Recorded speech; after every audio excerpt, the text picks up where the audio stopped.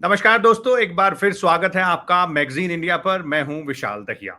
तो आज हम बात करेंगे बलूचिस्तान की। जी हाँ, पाकिस्तान का वो राज्य जहां से लगातार हमको हिंसक घटनाओं की खबरें सुनने को मिलती हैं।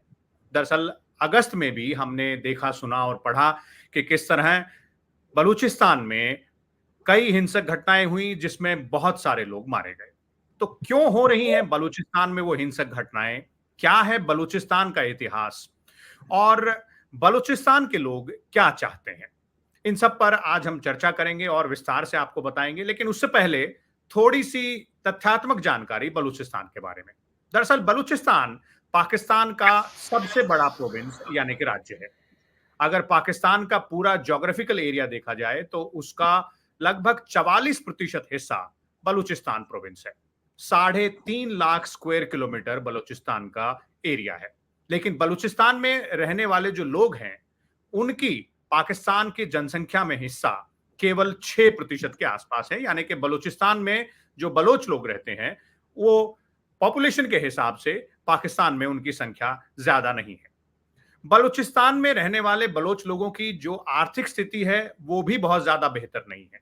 दरअसल अगर सभी राज्यों के आंकड़ों पर नजर डाली जाए तो जो पर कैपिटा जीडीपी हम जिसकी बात करते हैं, उसमें बलोच लोगों की पर कैपिटा जीडीपी पाकिस्तान में बाकी जो राज्य हैं उनके मुकाबले सबसे कम है। यानी कि लगभग केवल 80,000 रुपए प्रति व्यक्ति।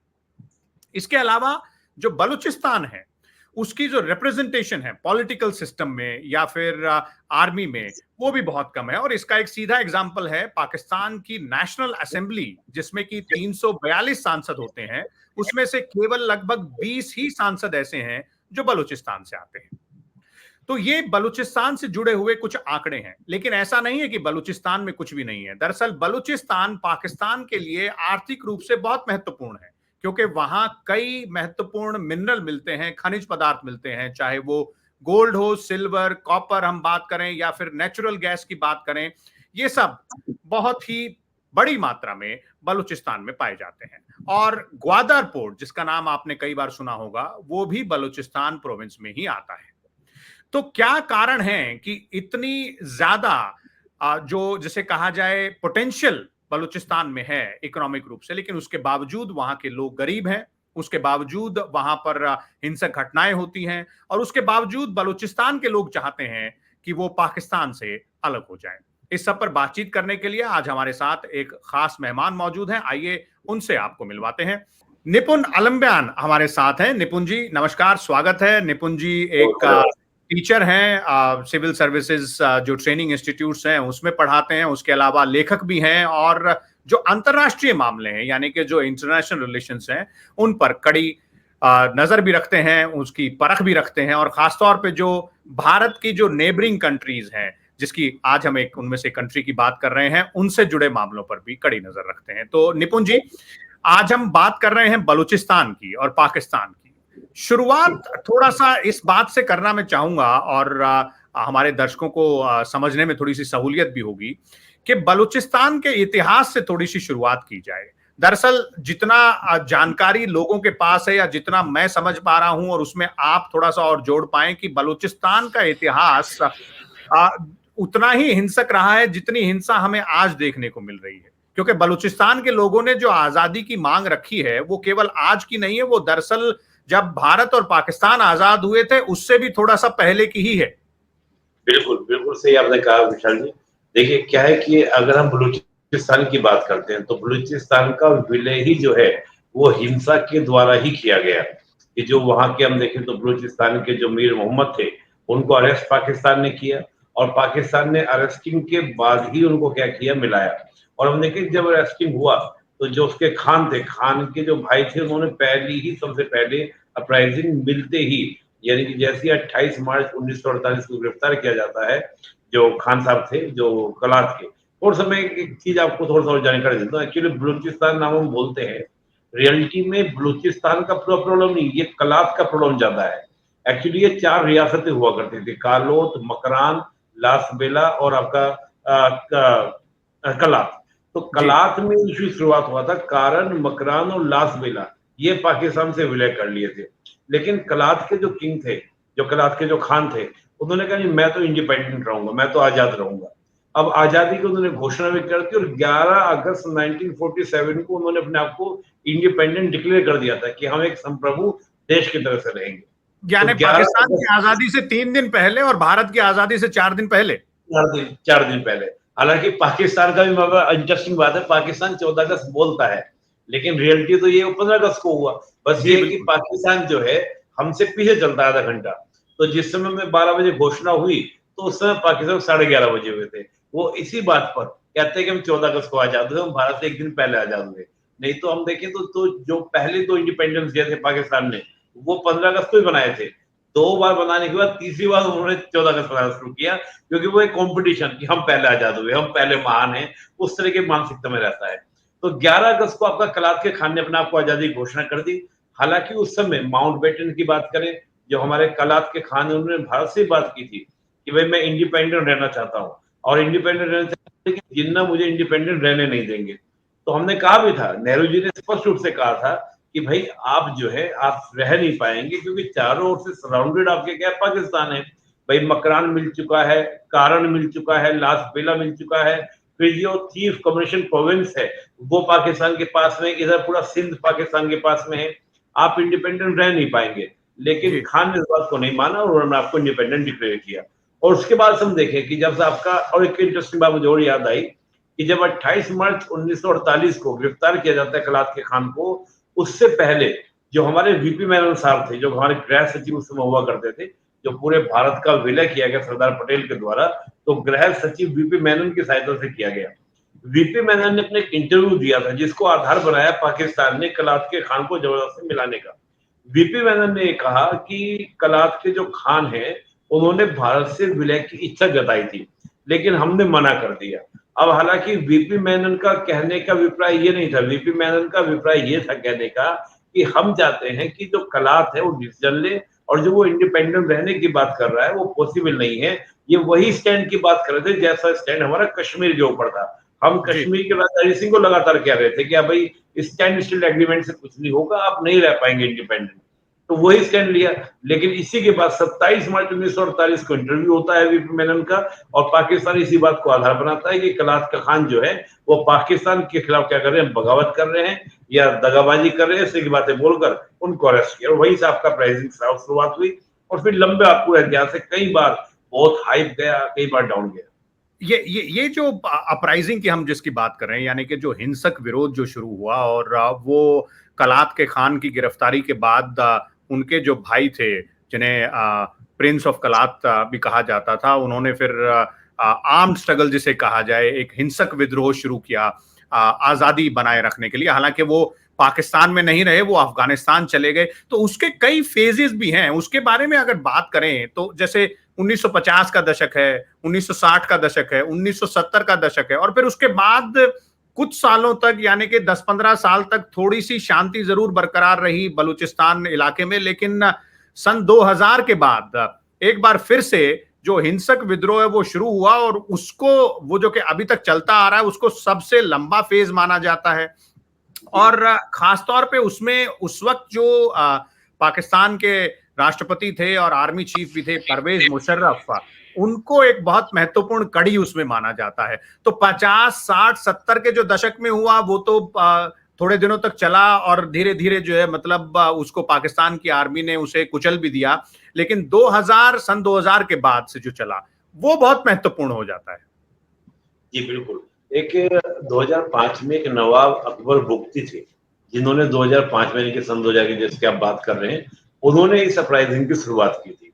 और देखिए, अब बलूचिस्तान के अंदर जो सबसे बड़ा फ्रस्ट्रेशन का कारण बनता है, वो कारण ये बनता है कि एक तो क्या था कि बलूचिस्तान की जो डेमोग्राफी है वो पाकिस्तान ने बदलने का प्रयास किया। काफी बड़ी संख्या में पंजाबी और सिंधी कम्युनिटी के लोगों को, उनको सेटलमेंट करने का, यानी कि बसाने का प्रयास किया। ये कुछ वैसे प्रयास है बलूचिस्तान में, ये कुछ वैसे ही प्रयास है जैसा चीन ने तिब्बत के अंदर, या सिंगजियांग जो उसका प्रोविंस है, जिसको हम रुग्वे प्रोविंस भी बोलते हैं, वहां पर जो हुआंग कम्युनिटी को बसाने का काम किया, वैसा ही उसने चीन से सीखकर आपका बलूचिस्तान में किया। एक तो रीजन ये था। और दूसरा क्या था कि यूरेनियम का, जब हम देखें, जब आपका 98 का जो टेस्ट हुआ था, अब देखिए बड़ी इंटरेस्टिंग बात ये है कि हमने भी पोखरण में टेस्ट किया। पाकिस्तान ने भी बलूचिस्तान वाले एरिया में अपना टेस्ट किया। उस टेस्ट के बाद जो मेजर आपको जो कहते हैं सिक्योरिटी मेजर्स जो लेने थे, जिससे जो आपका जो विकिरण जो होता है, जो चीजें होती हैं वो ना फैले, उसके लिए जिस प्रकार के मेजर लिए जाने थे वो नहीं लिए गए थे। उसका परिणाम बलूचिस्तान के लोगों को भुगतना पड़ा। दूसरा क्या था कि वहां पे सुई गैस है, जो नेचुरल गैस एक सुई गैस होती है, उसका बहुत ज्यादा क्या किया, एक्सप्लोरेशन करना शुरू किया। और खास तौर से जब आपका पोखरण के बाद वहां पाकिस्तान के अंदर जब वो अपना टेस्ट करते हैं, तो यूरेनियम की बहुत ज्यादा डिमांड पाकिस्तान के अंदर बढ़ी। और यूरेनियम का एक बहुत बड़ा रिसोर्सेज जो है वो आपका बलूचिस्तान में है, उसका उन्होंने एक्सप्लोरेशन करना शुरू किया। तो इन सब हालातों से क्या हुआ कि वहां पर नवाब मुफ्ती जो थे, यानी कि ये नवाब मुफ्ती बहुत इंपॉर्टेंट व्यक्ति वहां पर थे। पहले ये सीएम भी रहे थे बलूचिस्तान के। इसके अलावा इनका जब हम बात करें तो पहले जो पाकिस्तान की गवर्नमेंट है उसमें भी उनका पूरा पूरा रोल रहा, उसमें मंत्री भी रहे थे। इन्होंने प्रयत्न शुरू किया। इनको बाद में क्या मार दिया गया, करीब 19,000 लोगों को उसमें मारा गया था। आज भी बलूची ये बोलते हैं कि वो जो 20,000 लोग हैं जिनको आपने मारा, जिनको गायब किया, उनके हमको रिपोर्ट दो। उसके बहुत सारे कई सारी महिलाओं के अंदर वहां पर हुए। एक मेरा नाम करीमा बलोच करके एक महिला है जो काफी नाम पाकिस्तान के वो बलूचिस्तान का मूवमेंट में आता है, जिनको भी इस प्रकार की बातें हुई। अभी हम देखें रिसेंटली भी कई सारे जो वहाँ के एक्टिविटिस्ट हैं, एक बलोच मोला बख्श करके थे, जिनको अभी 2000 हम 21-22 की बात करें जब उनको गायब किया गया। तो ये इस प्रकार की चीजें रही। तो मुक्ति के बाद भी बहुत सारे एक्टिविटीज को इन्होंने अरेस्ट किया, गिरफ्तार किया। और खास तौर से जो आप प्रेजेंट में आप देख रहे हैं वो चीन का एंगल आ जाता है। चीन के एंगल पे चलेंगे निपुण जी, चीन के एंगल पे चलेंगे क्योंकि उसको भी समझने की जरूरत होगी। लेकिन उससे पहले क्योंकि हम आर्म्ड रेबेलियन की बात कर रहे हैं, तो ये जो अब जो फेज चल रहा है इसमें सबसे महत्वपूर्ण पार्ट जो है वो बलोच लिबरेशन आर्मी, जिसे बीएलए कहा जाता है, उसका है। हालांकि उसके अलावा कई और ग्रुप भी हैं, बलोच लिबरेशन फ्रंट है और एक दो और छोटे ग्रुप हैं जो कि लगातार पाकिस्तानी आर्मी पर हमला करते रहते हैं। अब हाल फिलहाल में एक जो बहुत महत्वपूर्ण सवाल उठ रहा है और जिसको लेकर सब एनालिस्ट भी चिंतित हैं और पाकिस्तान के अंदर भी जो वहां के प्रबुद्ध जन हैं वो भी चिंतित हैं, वो ये है कि खैबर पख्तूनवा में भी जो पाकिस्तान का विरोध होता रहा है और खासतौर पे टीटीपी, तहरीके तालिबान पाकिस्तान जिसको कहा जाता है, उसके साथ ऐसा माना जा रहा है कि बीएलए और टीटीपी के बीच कुछ आपसी तालमेल और ज्यादा बेहतर बन रहा है इस वक्त। तो वो कितना महत्वपूर्ण है और कितना चिंताजनक है पाकिस्तान के लिए? एक बड़ा इंटरेस्टिंग प्रश्न आपने किया। एक तो क्या कि जब से दोबारा से तालिबान आया अफगानिस्तान के अंदर, तो इस प्रकार के जो मूवमेंट है या इस प्रकार के जो ग्रुप्स हैं, उनको एक बहुत एनर्जी मिली है। जैसे हम देखें जो अफगानिस्तान के अंदर तालिबान दोबारा से आया और 20 साल की लड़ाई के बाद भी तालिबान को अमेरिका खत्म नहीं कर पाया। भाई 2001 में स्टार्ट किया था उसने और 2021 में छोड़ के 20 साल के बाद भी तालिबान कंट्रोल कर लेता है। तो एक तरह से इनको जान सी फूक किया, चाहे वो आप पाकिस्तान तालिबान की बात करें, बीएलए की बात करें। और दूसरी बात क्या है कि जो बीएलए और टीटीपी का जो आपस में गठजोड़ है, वो अफगानिस्तान के साथ भी और ईरान में भी जो ग्रुप्स हैं उनके साथ भी बीएलए का गठजोड़ है। उसका कारण क्या है? एक्चुअली हम अफगानिस्तान और पाकिस्तान का अगर बॉर्डर देखें तो यहाँ पर डोरन लाइन खींची जाती है और डोरन लाइन ये ब्रिटिश के टाइम में खींची थी। अफगानिस्तान आज भी बलूच के बहुत बड़े इलाके पर और साथ ही खैबर पख्तूनख्वा तो पूरा, जिसको पहले नॉर्थ वेस्ट प्रोविंस कहा जाता था पाकिस्तान के अंदर, इस पर पूरे पे दावा करता है। और जो ये पूरा टीटीपी जो मूवमेंट आप देख रहे हैं, ये पख्तून कम्युनिटी कर रही है। पख्तून यानी कि पश्तून, पठान, अफगान एक ही बात है। तो ये अफगानिस्तान आज भी हम देखें, चाहे अफगानिस्तान का 1947 के बाद से लेकर आज तक, चाहे तालिबान गवर्नमेंट वहां पर रही हो, डेमोक्रेटिक गवर्नमेंट रही हो, उन्होंने कभी भी डोरन लाइन को मान्यता नहीं दी है। तो उस कारण से क्या है कि जब तालिबान एक्टिव होता है आपका खैबर पख्तूनख्वा में, और बीएलए भी इस बात को बात करता है कि हम भी एक इंडिपेंडेंस चाहते हैं, तो जो हमारा तालिबान पाकिस्तान है वो चाहता है कि अफगानिस्तान से मर्ज हो जाए। लेकिन बीएलए के सामने बड़ी मुसीबत क्या है कि वो अफगानिस्तान में तो शामिल नहीं होना चाहते और पाकिस्तान में रहना नहीं चाहते, वो एक इंडिपेंडेंट चाहते हैं। लेकिन इसमें एक अंदरूनी समझौता बताया जाता है कि दोनों के बीच में एक अंदरूनी समझौता हुआ है कि हम पहले कर लेते हैं, आजादी ले लेते हैं, उसके बाद तय कर लिया जाएगा क्या करना है क्या नहीं करना है। इसमें लेकिन ईरान के साथ भी इश्यूज होता है। जो ईरान के साथ क्या है कि बलूचिस्तान का एक बड़ा एरिया ईरान से भी मर्ज होता है और आपका, क्योंकि हम देखें जो पूरा बलूचिस्तान है वो ईरान और अफगानिस्तान के बॉर्डर पर काफी बड़ा एरिया ईरान से, काफी बड़ा एरिया। अगर आज से 200-250 साल पहले के बलूचिस्तान के मैप पर नजर डालेंगे तो दरअसल आज का जो बलूच लोगों को जिनकी बात की जाए तो वो 3 देशों में बट गए हैं। कुछ अफगानिस्तान में इलाका है, ज्यादातर पाकिस्तान में है, लेकिन एक छोटा सा हिस्सा ईरान में भी है, और ये सब बॉर्डरिंग इलाका है। ये पूरा एरिया क्या है आपका इन्फ्लुएंस से प्रभावित है। और मुझे लगता है कि अंदरूनी इस बात की बातें हुई है, तय हुआ है कि हम आपस में क्या है। देखिए ओपनली बातें तो आती नहीं है कि बीएलए और आपका टीटीपी मिलकर काम कर रहे हैं, लेकिन जिस प्रकार के स्टेटमेंट, जिस प्रकार की एक्टिविटीज, दोनों बहुत हैवी वहां पे क्या कर रहे हैं, अपराइजिंग कर रहे हैं। लेकिन खैबर पख्तूनख्वा को लेकर, चलिए आप चीन की बात हुई, बाद में मैं उसको बताऊंगा। जी बिल्कुल, उसी पे मैं आ रहा था, क्योंकि अगला अगला पड़ाव वही है। जब हम बलूचिस्तान और खैबर पख्तूनख्वा की एक साथ बात करते हैं तो उसमें फिर चीन का नाम आता है, क्योंकि सीपीईसी जो चाइना पाकिस्तान इकोनॉमिक कॉरिडोर है, उसका बहुत ही बड़े स्तर पर जब से उसकी बात शुरू हुई है तब से लेकर अब तक, जब अब ग्वादार पोर्ट लगभग बन के तैयार भी है और ऑपरेशनलाइज भी हो गया है, बलूच लोग जो हैं, यानी कि बलूचिस्तान के रहने वाले जो लोग हैं, वो लगातार विरोध करते आ रहे हैं। तो पहला सवाल तो ये है कि बलूचिस्तान में पाकिस्तान सरकार ने ऐतिहासिक रूप से देखा जाए तो जो फंडामेंटल जो सर्विसेज हैं उनकी डेवलपमेंट पे ज्यादा ध्यान नहीं दिया है, चाहे वो सड़क बनानी हो, एजुकेशन हो, हेल्थ हो, और वो साफ दिख भी रहा है। ऐसे समय में अगर चाइनीज इन्वेस्टमेंट से वहां पर किसी तरह की डेवलपमेंट हो रही है तो उसका विरोध बलूचिस्तान के लोग क्यों कर रहे हैं, पहला सवाल तो ये। और दूसरा सवाल ये कि इसमें चाइना का कितना स्टेक है। क्या चाइना, जैसे कि हमने बाकी देशों में देखा है कि अगर बहुत ज्यादा दिक्कत होती है तो वो अपना बोरिया बिस्तरा बांध के वापस वहां से निकल लेते हैं, तो क्या आपको लगता है कि यहां से चीन हटने की मन बना सकता है, या फिर उनके लिए इतना महत्वपूर्ण है ग्वादार पोर्ट और सीपीईसी कि वो किसी भी कीमत पर बने रहना चाहेंगे इस इलाके में, खासतौर पे बलूचिस्तान प्रोविंस में?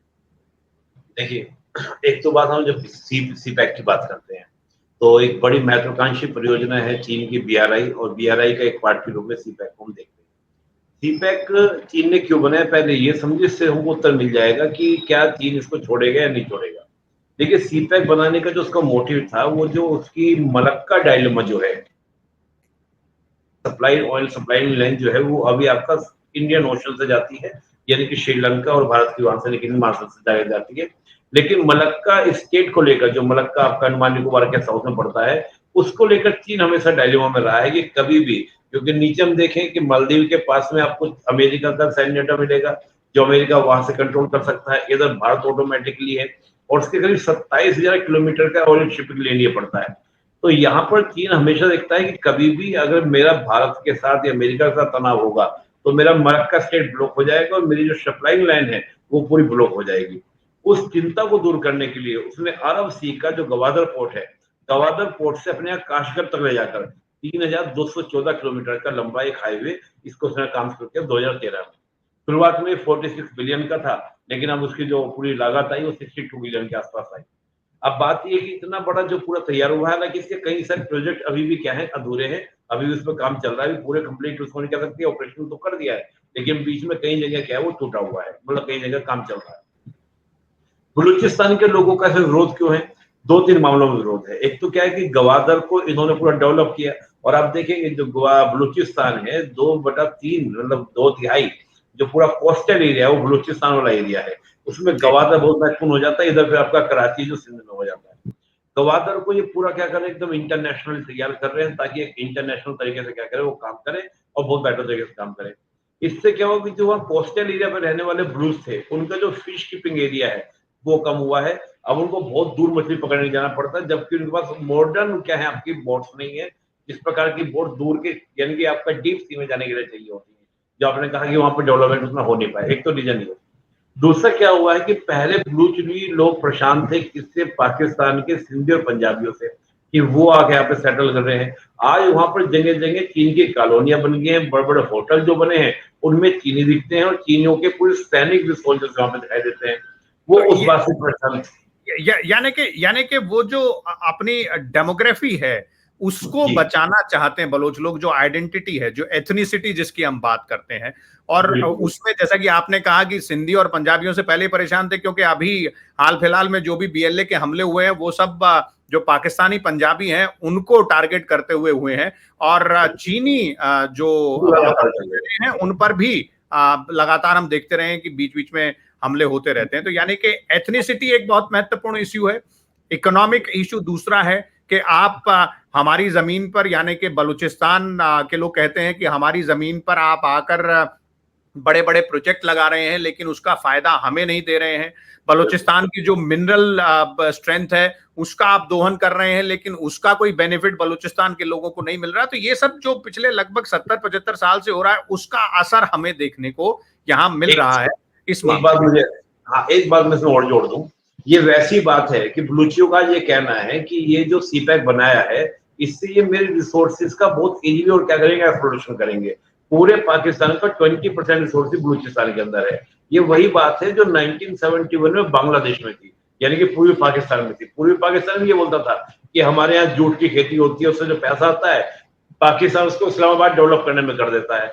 यही बात आज बलूची कहते हैं कि हमारा पैसा हम लोगों को मिलना चाहिए, लेकिन उसका जो आप कह रहे हैं इकोनॉमिकल इश्यूज भी आपको हो जाए। तो एथनिसिटी और डेमोग्राफी और ये सब इकोनॉमिक एस्पेक्ट बहुत महत्वपूर्ण है। और खासतौर पे जैसा कि आपने बताया, कुछ और जो जानकार हैं उनका कहना है कि बलूच लोगों का ये भी मानना है कि अगर चीन का इन्फ्लुएंस बलूचिस्तान के इलाके में सीपैक के चलते और ग्वादार पोर्ट के चलते इसी तरह बढ़ता रहा, तो कहीं ऐसा ना हो कि थोड़े समय बाद, कुछ सालों बाद वो चीन की एक कॉलोनी के तौर पे रह जाए, और अभी तो केवल बलूचिस्तान के लोगों को पाकिस्तान से लड़ना पड़ रहा है, फिर उसके बाद शायद चीन से भी लड़ना पड़े। तो ये एक बात हुई।